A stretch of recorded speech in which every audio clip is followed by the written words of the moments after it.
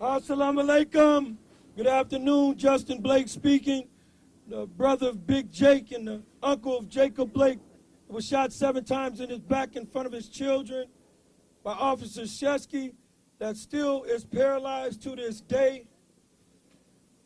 Imagine this. We're in Kenosha after trial, and the prosecutor that would not prosecute the police officer that shot little Jake half-ass prosecuted somebody that murdered 2 people. Imagine that. He had his hands all over Jake's case and how it was moving. We haven't heard him squeak like a mouse. He said nothing over. This is the most historical case in this city, and we've heard nothing from him. This system was played out, and the world could see it was guilty as hell. Number one, they didn't take into account the pictures of the young man prior throwing up the Proud Boy sign and the young man in the bar throwing up the Proud Boy sign after the murder of 2 people and Gage being harmed. Then there was a video that said he couldn't wait to shoot somebody.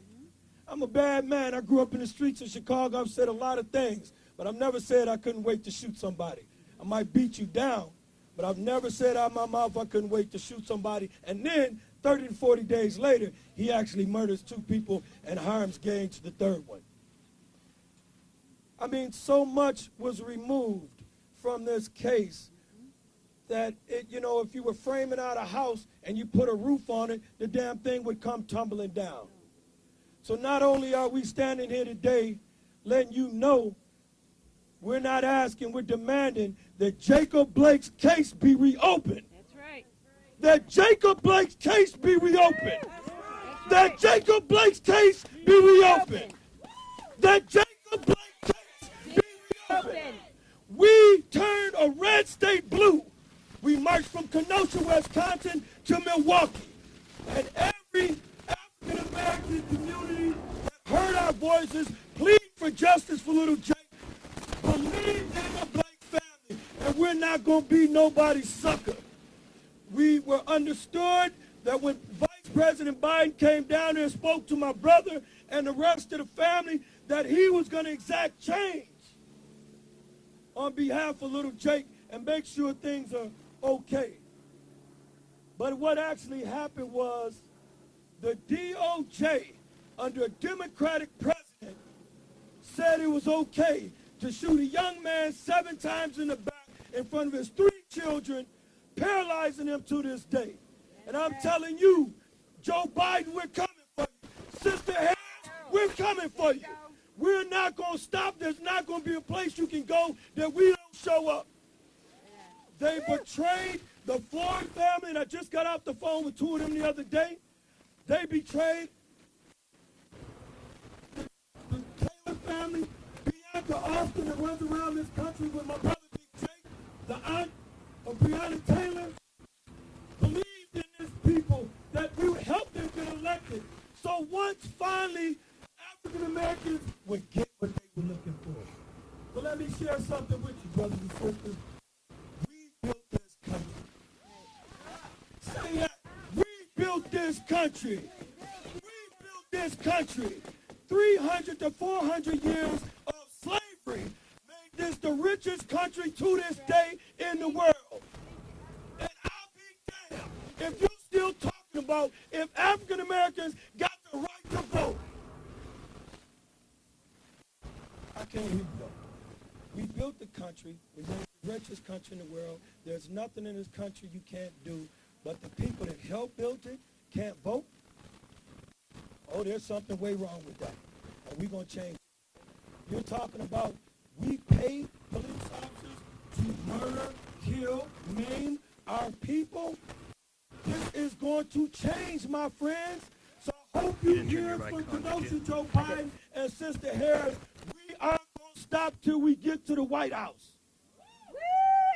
So this isn't a wake for the 2 brothers that we just lost, or Gage, or little Jake. This is a birthplace of what's getting ready to happen. And when we achieve our goals through unity, The great day of change that Malcolm X talked about will be here. We've been crippled by redlining that the government participated in. We've been crippled by all the African Americans that are locked up in this crooked-ass system. We've been crooked. We can't go to the bank and get loans. We pay 3 times more for automobiles, 4 and 5 times more for a mortgage. This system's corrupt as hell.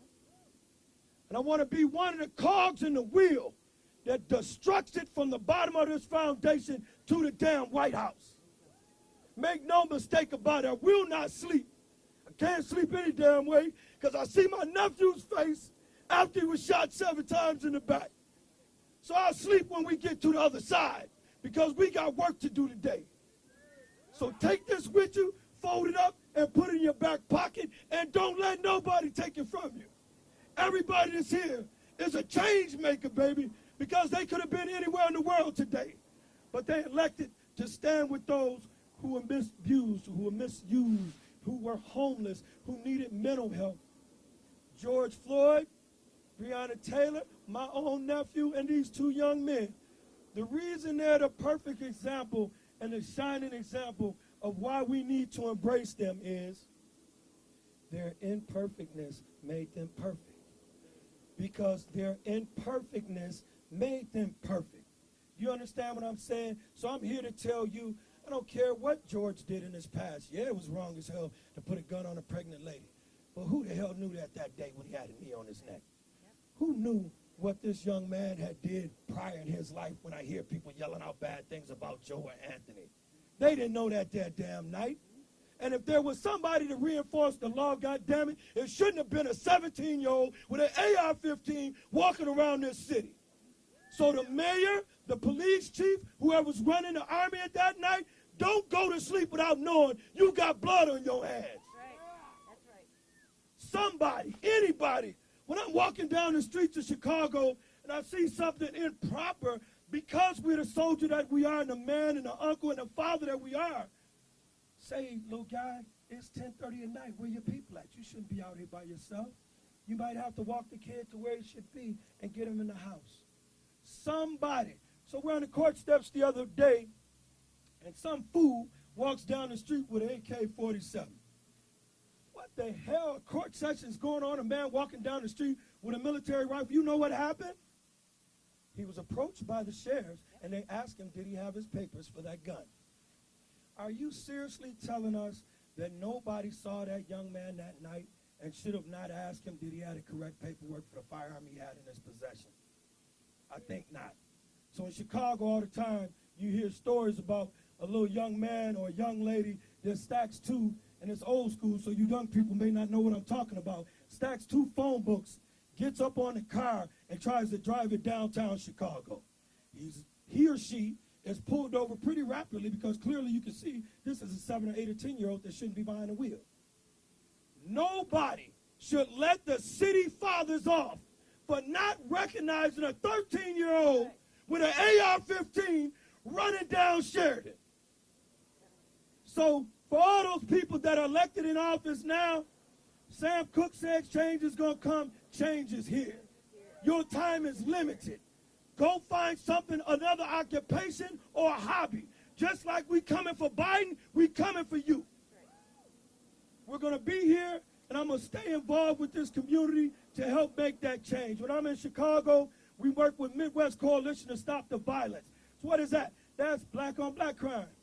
So don't throw that in my face. We got crime going on in our own community. Because when in Chicago, I'm working with the Midwest Coalition, who is well-known all around the city and gets results to do what we do.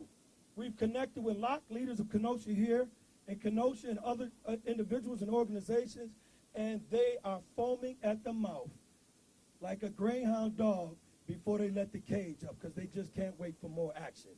We are far from over, ladies and gentlemen. We thank you for coming. We've got work to do. For those who are here that rally with us, please, please, when you ask somebody how they're doing, wait to get the answer. Check your friends and family's mental health. Eat properly. Whoever you pray to, whether it's Allah or somebody else, get close to who you believe your creator is. Because we have just saw the firing shot of war. war against those impoverished, war against those who are African Americans, war against women, war against minorities. Why? They keep saying, why do we keep bringing race up? Shit, why do they keep bringing race up? This young man's bail was paid by the Ku Klux Klan, by skinheads, by Proud Boys, and I'm not going to name no more to give him some damn juice. So what I'm saying is his ideology was so that they speak out of their mouth every day. That's why you parents at home need to watch who the hell your kids are hanging around. Put the weed down, put your drink down, stop going out, put the damn phone down, and tend to your children.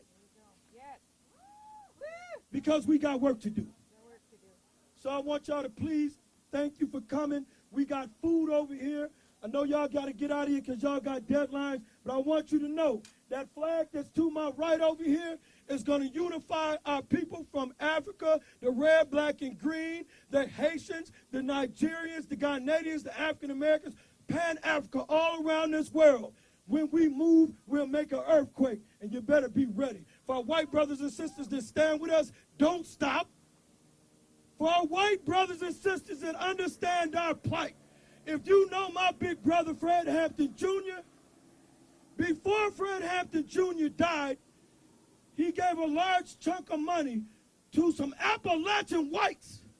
He gave another large chunk of money to some Hispanic brothers and sisters, and gave another large chunk of money to another outfit. They were the original Rainbow Coalition. And the coalition that we get ready to put together with my big brother Jake, Bianca Austin, the Floyd family, the people that play basketball, the people that make rhymes that y'all listen to, are all on one plane now. So please stay tuned, because big change is coming. Big ups to the red, the black, and the green. Unity now, one Africa. Thank y'all for coming.